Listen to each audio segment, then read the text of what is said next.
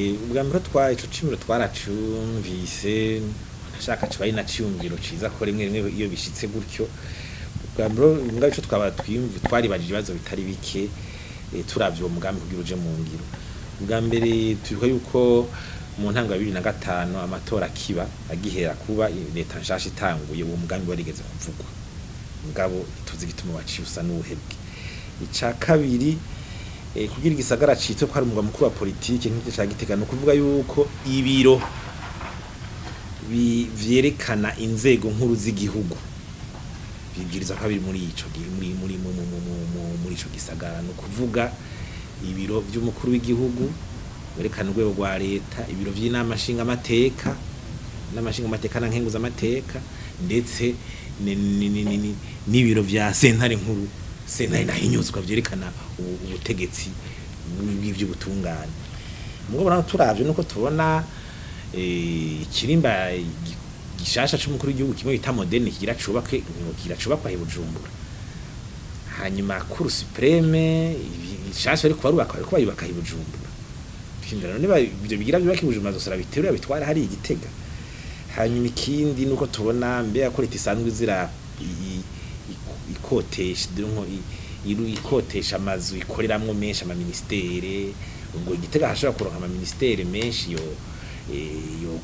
tuma leta ironka aho ikorera ubwo none hobone ku buryo bwo kubaka yani ma ministere mashasha ko ivyo kibazo cagumye canga cyuko leta yubakira ahanini amazu yayo.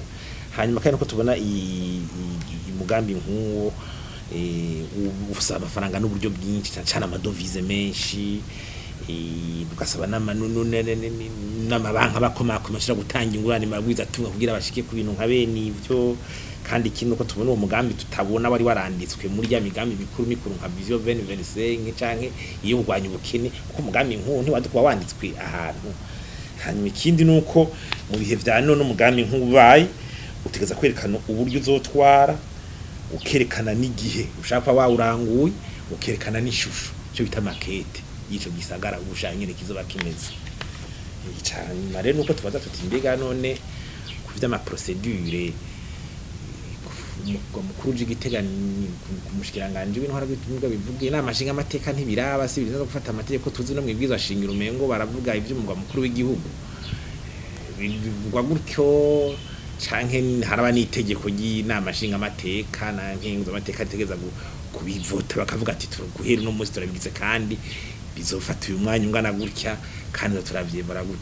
Cyo tuvuga tuti ni ibintu byo kwitonderwa bakabiraba nyene bishobora kugira ntibaze basange bihenza bavuga ngo umugwa mukuru politike w'Igitega kumbura ugasanga abantu baguma baba iyo bahora baba ugasanga ahubwo mbere bamari ko baragira ingendo nyinshi zo kuja Igitega ngo bagiye gukorerayo n'uburyo rero bw'igitoro bishobora gutwara kujanye n'ubutunzi bw'igihugu.